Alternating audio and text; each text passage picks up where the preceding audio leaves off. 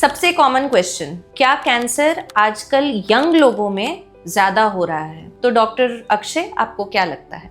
Definitely आजकल young लोगों में जो है कैंसर का जो इंसिडेंस है वो पहले से ज़्यादा बढ़ गया है।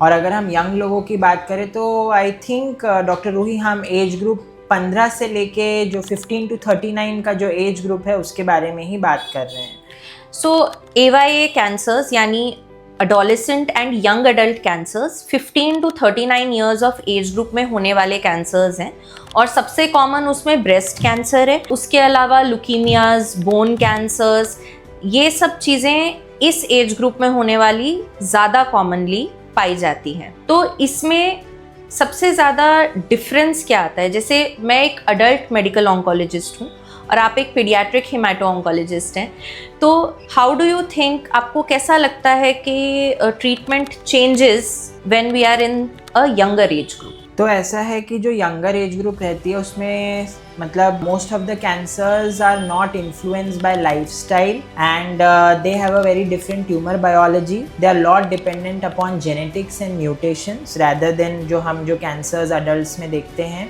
तो जो है जो हमारे, जैसे अगर मैं बात करूँ बीइंग अ पीडियाट्रिक पर्सन, और अगर हमारे उसमें most common cancer is leukaemias, blood cancers are very common. तो जब भी हम ये कैंसर्स ट्रीट करते हैं तो हम बेसिकली जो हम छोटे बच्चों को प्रोटोकॉल्स देते हैं, जैसे कि 13-14 साल से कम उम्र के बच्चों को जैसा हम ट्रीटमेंट देते हैं, हम वही इंटेंसिटी का ट्रीटमेंट जो है इन यंग अडल्ट्स एंड एडोलेसेंट्स को देते हैं, क्योंकि ये अच्छे से ट्रीटमेंट टॉलरेट भी करते हैं और साथ साथ इसके ऊपर जो है रिजल्ट्स भी बहुत ज़्यादा अच्छे हैं। तो doctor Ruhi, I have a question for you. जैसे मेरे एज ग्रुप में अगर मैं बात करूँ, जो 18-19 साल से कम की एज ग्रुप आई सी, आप उससे ज़्यादा का और बड़ा एज ग्रुप देखते हैं 39 ईयर्स तक का जो पूरा है, उसमें आपने कहा breast cancers are very common. But जैसे हमें पता है, जैसे मुझे पता है कि ब्रेस्ट कैंसर्स तो जो है एडवांस्ड एज का डिजीज़ है, कि 60 ईयर्स के बाद अगर किसी फीमेल को ब्रेस्ट में कुछ गठान दिखे तो वो ब्रेस्ट कैंसर होगी।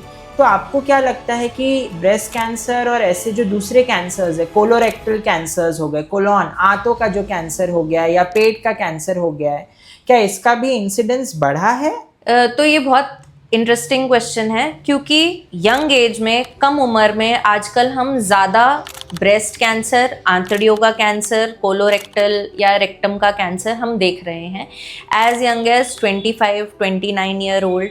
इन एज ग्रुप्स में पहले हमें ऐसा लगता था कि कैंसर बड़े लोगों की बीमारी है, पर आजकल यंग लोगों में भी पाई जा रही है। इसके काफ़ी कारण हैं। लाइफस्टाइल और एनवायरनमेंट यानी वातावरण और जो हम खाते पीते हैं या जो हमारा नॉर्मल लाइफस्टाइल है, दिन भर का दिनचर्या है, उसके बेसिस की वजह से भी आजकल कैंसर का इंसिडेंस कम उम्र में बढ़ता जा रहा है। काफ़ी लोगों को लगता है कि हेरिडिटरी कैंसर्स यंग उम्र में होते हैं, बट मैं फिर भी ये कहूँगी कि आउट ऑफ 100 कैंसर्स में से सिर्फ 5 या 10 कैंसर ही फैमिलियल या हेरिडिटरी या जेनेटिक होते हैं, जो एक फैमिली में एक इंसान से दूसरे इंसान तक पास होते हैं अपने जेनेटिक्स में। बट ऐसा बाकी कैंसर्स में नहीं होता है। तो ज़्यादा से ज़्यादा हम ये मानते हैं कि लाइफस्टाइल और एनवायरनमेंट ही उसका कॉज रहता है। और जैसा कि हमने बात की, अडल्ट में और पीडियाट्रिक से ये वाला एज ग्रुप थोड़ा डिफरेंट इसलिए है क्योंकि जैसे ही पेशेंट हमारे OPD में आता है, डायग्नोसिस देने से ट्रीटमेंट देने तक बहुत सारे डिफरेंसेस होते हैं। जैसे कि पेरेंट्स हम डे 1 से शामिल करते हैं पेशेंट के डायग्नोसिस और ट्रीटमेंट प्लान में, और क्योंकि हम ये देखते हैं यंग उम्र में कैंसर्स आर मोर क्योरेबल, तो उनका जो हम ट्रीटमेंट प्लान बनाते हैं लॉन्ग टर्म सर्वाइवल यानी हम ज़्यादा लंबी उम्र तक जीने के हिसाब से बनाते हैं, ताकि जो हम दवा आज दे रहे हैं उसका लंबा साइड इफ़ेक्ट ना रहे। इन सब पहलुओं के बारे में आप थोड़ा सा और बताइए। तो आई थिंक ये काफ़ी इम्पॉर्टेंट पॉइंट आपने रेज़ किया है कि जब भी हम बात करते हैं पीडियाट्रिक कैंसर्स की या एडोलेसेंट यंग अडल्ट कैंसर्स की, क्योंकि आज तो हम लोग adolescent and young adult cancers की बात कर रहे हैं, तो इसमें अगर पेशेंट, जैसे आपने कहा कि क्योर रेट्स बहुत अच्छे हैं और जो है पेशेंट ठीक हो जाता है, फुल्ली क्योरेबल, और उसके सामने उसका पूरा जीवन रहता है। अगर वही हम किसी 70 या 80 साल के मरीज़ की बात करें तो वो ठीक भी हो जाए तो जो नेचुरल लाइफ स्पैन है वही बहुत लिमिटेड रहता है। तो ऐसे में जब हम बात करते हैं, we talk about long term follow up, that is survivorship.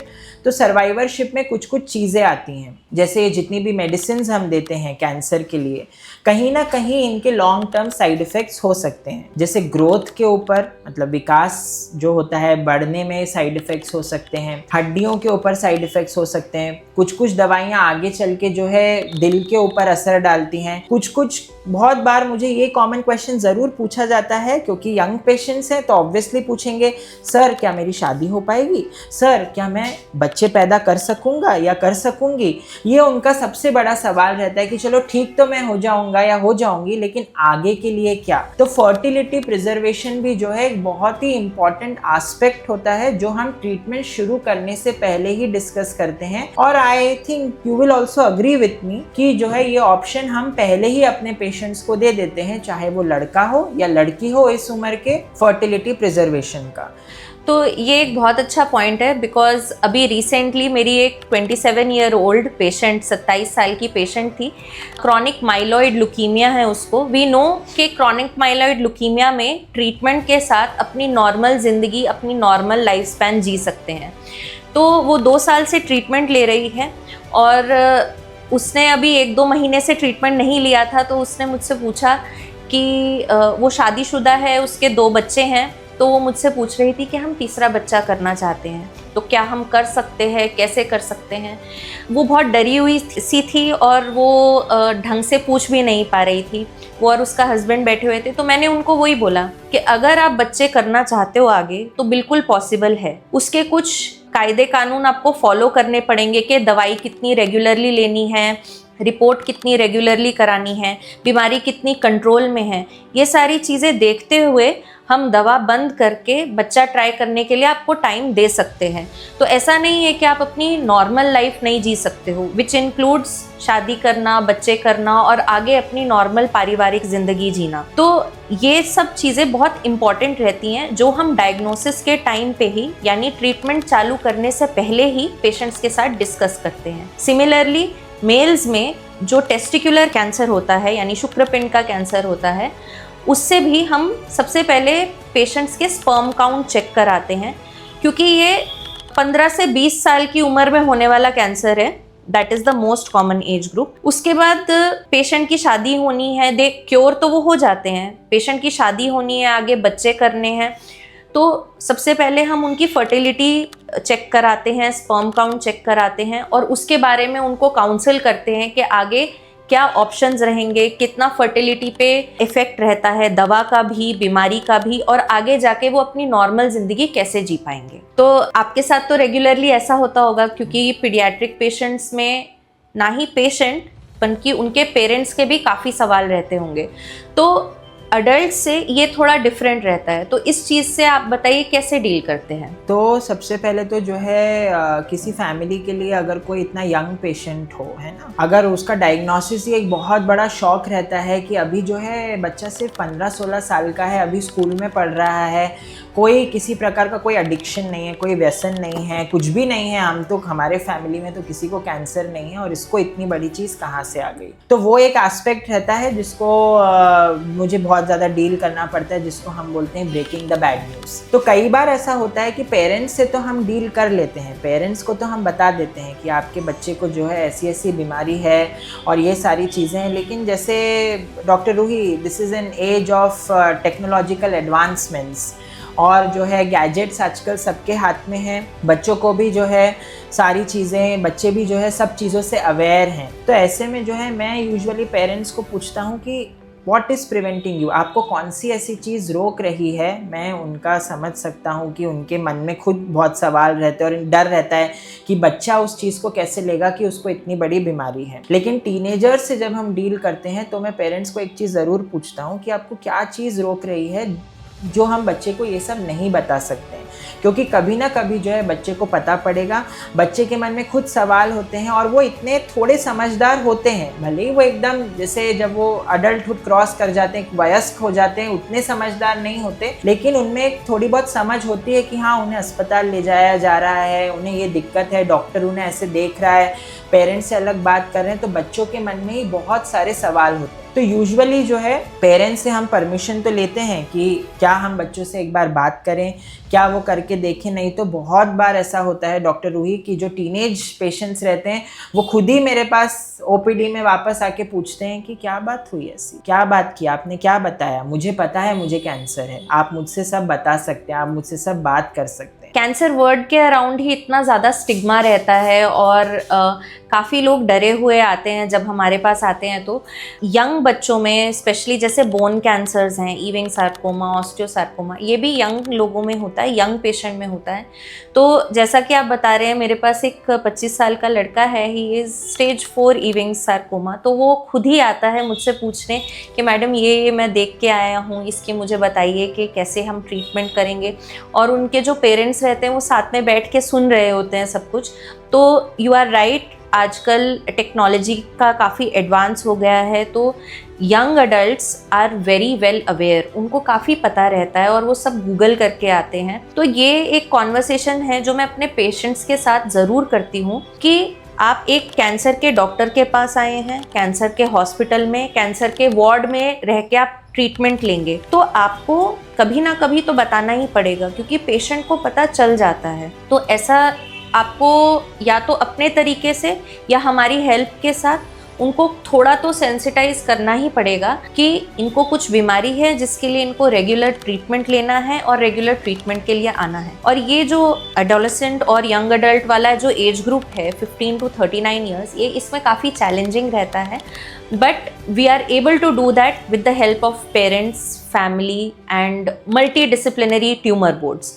तो इस बारे में, मल्टी डिसिप्लिनरी ट्यूमर बोर्ड्स के बारे में एंड देयर रोल, उनकी जो हमारे मदद होती है इन एज ग्रुप में, इसके बारे में थोड़ा सा बताइए। हाँ, ये आपने बहुत अच्छा क्वेश्चन एक्चुअली पुट अप किया है। मल्टी डिसिप्लिनरी ट्यूमर बोर्ड्स, बहुत बार ऐसा होता है कि पेरेंट्स आते हैं या ये पेशेंट्स आते हैं और इनका ऐसा रहता है कि आज हमारा डायग्नोसिस हुआ, हमें तो अभी ट्रीटमेंट शुरू करना है, अभी ये करना है। लेकिन जो है ये किसी एक डॉक्टर का या किसी एक स्पेशलिटी का ऑब्वियसली डिसीजन नहीं रहता है। कभी कभार इसमें जो है सर्जन्स इन्वॉल्व होते हैं, सर्जिकल ऑन्कोलॉजिस्ट, रेडिएशन के जो डॉक्टर है रेडिएशन ऑन्कोलॉजिस्ट, हमें जो है पैथोलॉजिस्ट जिन्होंने देखा है, जिन्होंने ट्यूमर डायग्नोज किया है माइक्रोस्कोप के नीचे कि क्या है क्या नहीं है, सब लोगों को बैठ के जो है आगे का ट्रीटमेंट प्लान करना बहुत ज़रूरी रहता है। क्योंकि कैंसर का जो ट्रीटमेंट है, जैसा आपने पहले ही कहा था कि it's a long term treatment, तो जो आज से हम 3 महीने या 5 महीने बाद करने वाले हैं चीज़ें, वो हमें अभी से क्लैरिटी चाहिए, हमें उसके ऊपर अभी से डिसीजंस चाहिए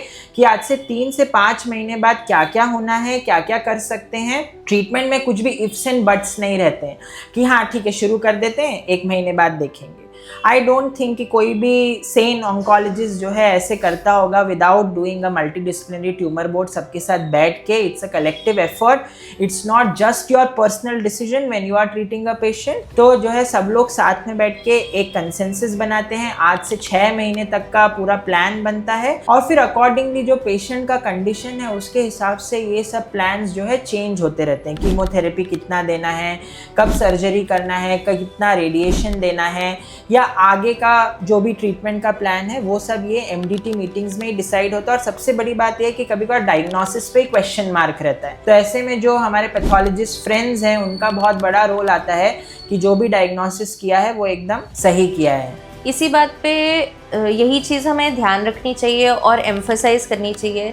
मैं पेशेंट्स के पेरेंट्स को और पेशेंट्स को ये बताना चाहती हूँ कि एक डॉक्टर के पास अगर आप आए हैं तो ट्रीटमेंट सिर्फ वही डॉक्टर नहीं, एक टीम ऑफ डॉक्टर्स कर रहे हैं। जैसा कि आपने बोला, surgical oncologist, radiation oncologist, radiologist, pathologist, जितने भी डॉक्टर इन्वॉल्व होते हैं एक ट्रीटमेंट में बिहाइंड द सीन्स, वो कभी कभार दिखता नहीं है, तो उनको ऐसा लगता है शायद उनका एक सेकेंड ओपिनियन लेना ज़्यादा इम्पॉर्टेंट है। बिल्कुल लेना चाहिए, सेकेंड ओपिनियन लेने में कोई प्रॉब्लम नहीं है। बट किसी भी डॉक्टर के पास आप जाते हैं तो जो ट्रीटमेंट प्लान है वो सिर्फ उन्हीं का नहीं, एक पूरी टीम ऑफ डॉक्टर्स का उस पेशेंट के लिए, उस डिज़ीज़ के लिए बेस्ट प्लान जो रहता है, बेस्ट आउटकम जिससे मिले, जिससे सबसे ज़्यादा लंबा क्योर हमें मिले, हम वही करते हैं। तो जैसे इसी बात से मुझे अपने एक पेशेंट याद आई। She is a 17-year-old girl, आपको पता ही होगा, वी हैड डिस्कस्ड, एंड जो है multiple lines of therapy, even sarcoma she had failed, और हम लोगों ने जो है अच्छा खासा ट्यूमर बोर्ड डिस्कशन किया था, and then we chalked out a treatment. हमने एक ट्रीटमेंट प्लान बनाया कि वापस से कीमोथेरेपी देंगे, रेडिएशन देंगे, एंड लकीली उसका आज मतलब रिजल्ट ये है कि that girl, she is 18 years old and she is doing well by the grace of God and obviously by the grace of the entire team जो हमने डिसीजन किए थे। तो MDT मीटिंग का मतलब जैसा आपने कहा, it is very very important. बहुत ज़्यादा महत्व है इन सब चीज़ों का कि हम सबसे बात करके सबकी, क्योंकि हर फील्ड में जो एडवांसेस हो रहे हैं वो उसी पर्टिकुलर डॉक्टर को यूजुअली ज़्यादातर पता रहते हैं। तो अपने कोलीग से बात करना और उनसे पूछना कि कोई नया एडवांस या नया टेक्नोलॉजी तो नहीं आया है जिससे हम पेशेंट को एक better survival, better life, better quality of life दे पाएँ आगे चल के।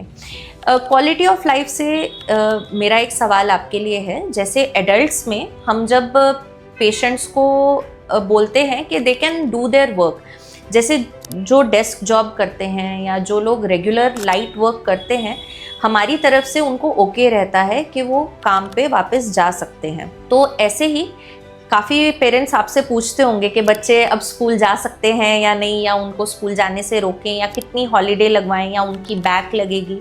तो इन सब क्वेश्चन से आप कैसे डील करते हैं?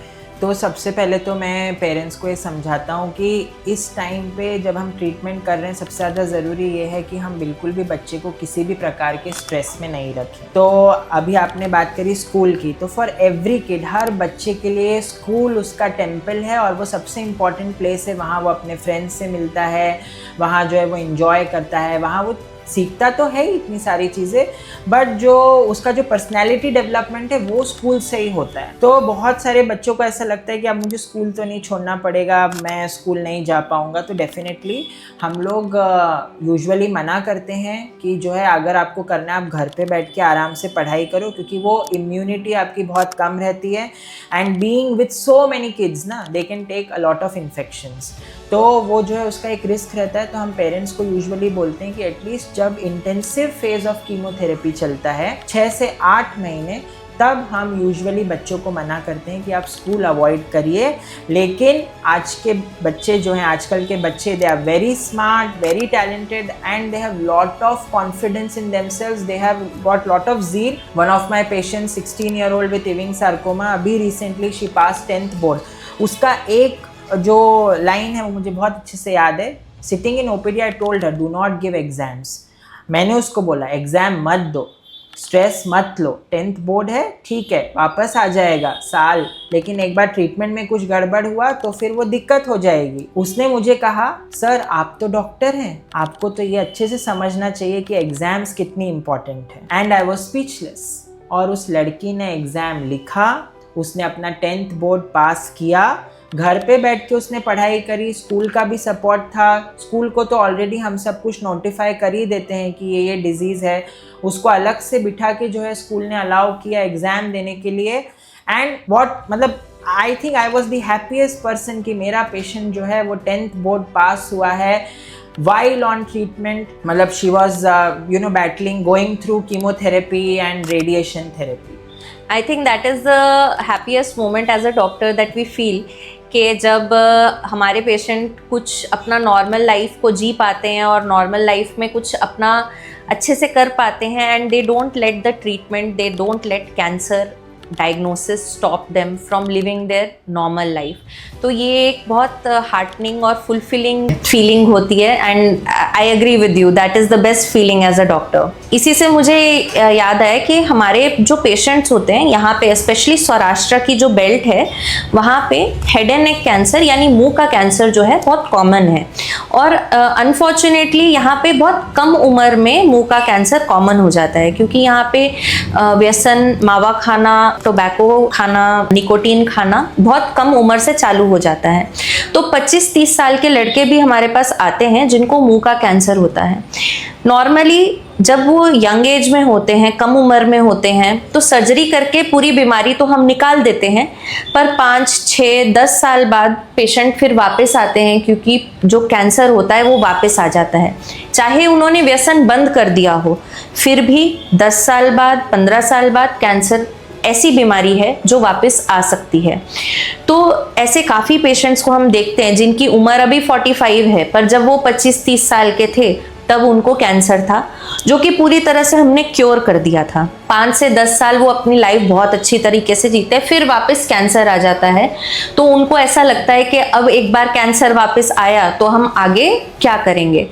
तो ऐसा नहीं होता है। जब दोबारा कैंसर वापस आता है उसमें भी हम स्टेजिंग करते हैं। अगर अर्ली स्टेज में कैंसर होता है उसको हम दोबारा पूरी तरह से क्योर कर सकते हैं। और जितना ही हम आगे बढ़ते हैं, जितना ही आधुनिक एडवांसेस, टेक्निक्स, टेक्नोलॉजी, मेडिसिन जितना ही एडवांस्ड होती जाती है, उतना ही हम पेशेंट को बेनिफिट दे पाते हैं।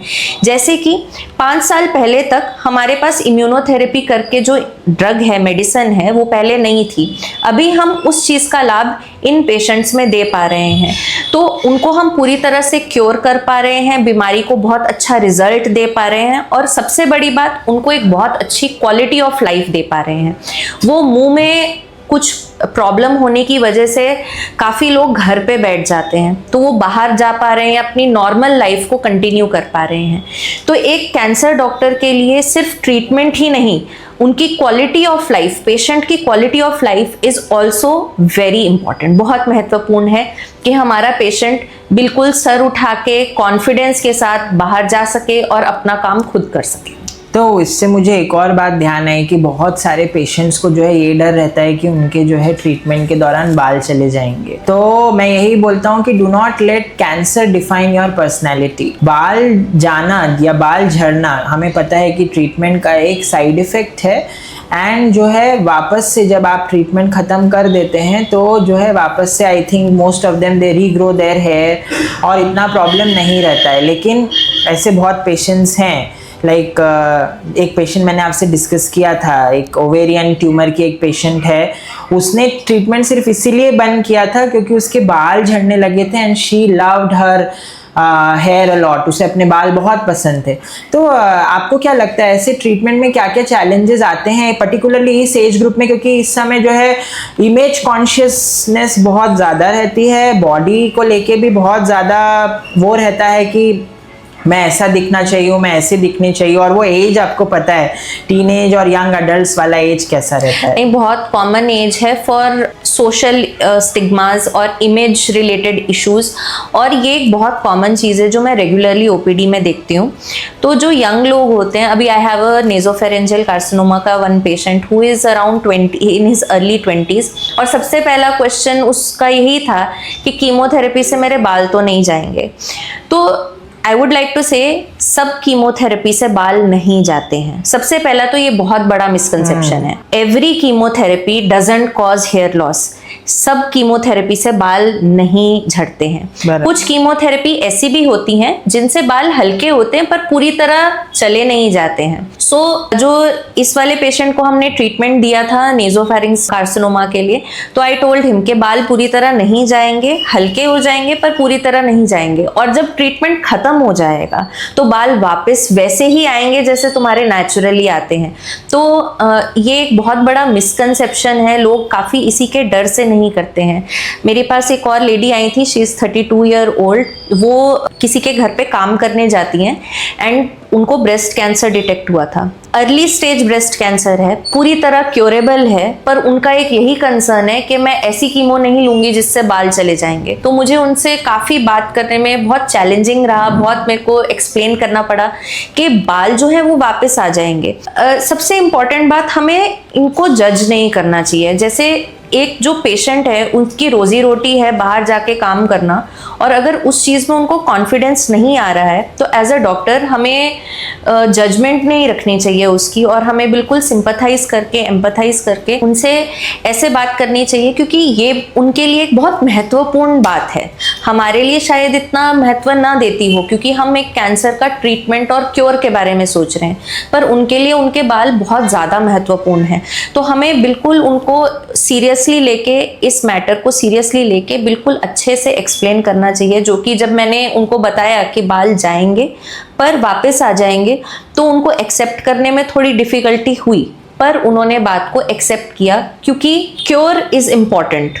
अगर हम वो अभी डर की वजह से बीमारी को ट्रीट नहीं करेंगी तो बाद में बीमारी बढ़ जाएगी, उसके बाद फिर हमारे हाथ बंद जाएंगे, फिर हम, ऐसा हो सकता है फिर हम क्योर ना कर पाएँ। तो इन सब चीज़ों के लिए हम पेशेंट से बात करते हैं, पूरी तरह उनको हिम्मत देने की कोशिश करते हैं अपनी तरफ से कि बाल वापस आ जाएंगे, जो साइड इफ़ेक्ट होंगे वो इतने नहीं होंगे, और कीमोथेरेपी ही बेस्ट ट्रीटमेंट है उनके लिए। इससे मतलब अगर और भी हम इससे रिलेटेड चीज़ें सोचें कि जो है बाल झड़ना एक वन एस्पेक्ट है, और जो इस एज के जो लोग रहते हैं, some of them are dependent population, वो अपने पेरेंट्स के ऊपर डिपेंडेंट रहते हैं, and most of them they have just started their families, या अभी अभी जो है कमाना शुरू किया है और अपनी फैमिली की रिस्पॉन्सिबिलिटीज़ अपने जो है कंधों पे लेना अभी शुरू किया है, एंड सडनली एक ऐसा डेवास्टेटिंग न्यूज़ आ जाता है कि यू हैव गॉट कैंसर। तो आपने अभी जस्ट कहा था कि जो है लाइट डेस्क जॉब कर सकते हैं और ये कर सकते हैं, तो इसमें आपका क्या अप्रोच रहता है? अगर आपका पेशेंट आपको ये पूछता है कि सपोज़ मैं जो है IT मल्टीनेशनल कंपनी में जो है 10 आवर्स का जॉब करता हूँ, और अब क्या मुझे सब कुछ छोड़ देना पड़ेगा, या जो है अब मैं कुछ नहीं कर सकता हूँ, तो इस चीज़ को आप कैसे डील करते हैं? तो ये एक बहुत इंपॉर्टेंट क्वेश्चन है, बिकॉज बहुत सारे पेशेंट्स हमें यही पूछते हैं कि वो अकेले ऐसे फैमिली मेम्बर हैं जो कमा रहे हैं, जो अपनी फैमिली को पूरी तरीके से सपोर्ट कर रहे हैं, तो अगर उनको ट्रीटमेंट लेना पड़ेगा, जिस समय के लिए वो हॉस्पिटल में है उस समय के लिए वो कमा नहीं पा रहे हैं और फैमिली को सपोर्ट नहीं कर पा रहे हैं, तो फिर इस सिचुएशन में हमें क्या करना चाहिए? तो उनसे मैं डिस्कस करती हूँ कि हमारे पास क्या ट्रीटमेंट ऑप्शंस रहते हैं, कितनी बार आना पड़ता है हॉस्पिटल में, कितनी देर रहना पड़ता है, उनके शेड्यूल के अकॉर्डिंगली। जैसे अगर उनको सैटरडे संडे हॉलीडे होती है तो सैटरडे क्या वो कीमो ले सकते हैं या नहीं, उस हिसाब से हमारे पास टारगेट थेरेपी और इम्यूनोथेरेपी जो लेटेस्ट मेडिसिन है उनके साइड इफ़ेक्ट काफ़ी कम रहते हैं कंपेयर टू कन्वेंशनल कीमोथेरेपी। तो अगर हम वो चीज़ ऑफ़र कर पाते हैं उनको तो वो भी उनके लिए बेनिफिशियल रहती है। जैसे कि मेरे एक पेशेंट हैं, उनको स्टेज 4 इविंग्स कार्सिनोमा है, एंड वो अभी टारगेटेड थेरेपी पे हैं जो एक टैबलेट है। तो टैबलेट लेने के साथ साथ वो काम पे जा पा रहे हैं, and he is able to do his job. वो single earning member of the family हैं, और वो बिल्कुल अपना ट्रीटमेंट में भी बिल्कुल कोई परहेज़ नहीं करते हैं। सैटरडे को वो फॉलोअप के लिए आते हैं ताकि उनका काम पे टाइम मिस ना हो, और बिल्कुल टाइम पे फॉलोअप पे आते हैं और दवाई भी बिल्कुल अच्छे से लेते हैं। तो he is able to carry on his job. ऐसे काफ़ी पेशेंट्स हैं जो शायद ये नहीं कर पाते होंगे। तो ये एक कॉन्वर्सेशन है जो हम अपने पेशेंट्स के साथ ट्राई करते हैं कि बिल्कुल एक ट्रांसपेरेंट वे में, ऑनेस्ट वे में करें, ताकि हमारे क्या ऑप्शंस हैं और उनके लिए क्या बेस्ट रहेगा उसको हम टेलर मेड करते हैं। इसी चीज़ को प्रिसीजन ऑन्कोलॉजी भी कहते हैं। तो आजकल हम ट्रीटमेंट सिर्फ किसी कैंसर का नहीं कर रहे हैं, हर एक पेशेंट की उसके लिए बीमारी और उसके लिए क्या ट्रीटमेंट बेस्ट रहेगा, including social factors, occupational factors, और इन सब चीज़ों को लेते दिमाग में रखते हुए भी आगे देखते हैं। ये आपने बहुत ही अच्छी बात बताई। Precision oncology, I think it is the way forward, और ये फ्यूचर है। फ्यूचर क्या, this is the present which we are living in cancer treatment का। एंड इससे एक बात और आती है कि फैमिली सपोर्ट कितना इम्पॉर्टेंट रहता है इस एज ग्रुप में, जो ये पेशेंट्स जिन्हें कैंसर डायग्नोज होता है। तो it takes a village. Family support or moral support is extremely important for cancer patients, and I think as doctors we also play a very crucial role in this.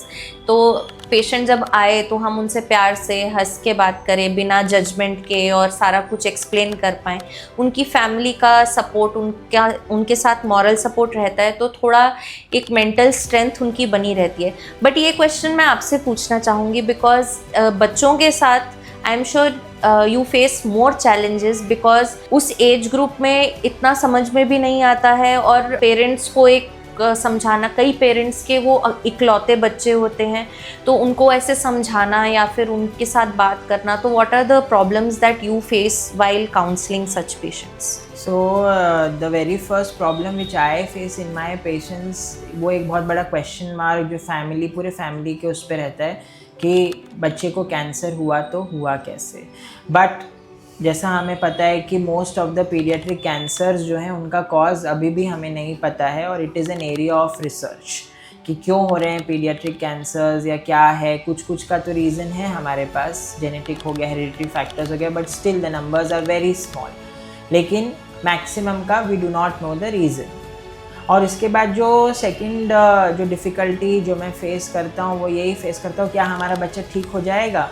क्योंकि लोगों को लगता है कि it is a death sentence, but it is not, because we have got sophisticated treatments. And जो paediatric cancers है या जो adolescent cancers है, they still perform better as compared to the adult cancers.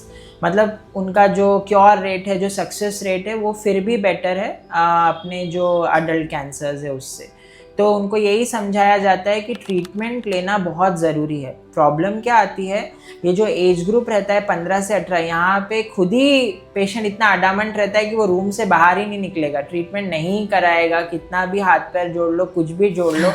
तो अल्टीमेटली ऐसे में ये important रहता है कि उस बच्चे को समझाना उससे बहुत प्यार से, and it takes a lot of empathy कि जो है कि ठीक हो जाओगे और हम आपके साथ आपकी जर्नी में आपका हाथ पकड़ के पूरे टाइम हैं. तो जो है आपको घबराना नहीं है, और जैसा है ट्रीटमेंट उस पर सबसे ज़्यादा ज़रूरी है भरोसा रखना, विश्वास रखना जो डॉक्टर आपको ट्रीट कर रहा है और जो ट्रीटमेंट आपको चल रहा है. And we should always be open to questions.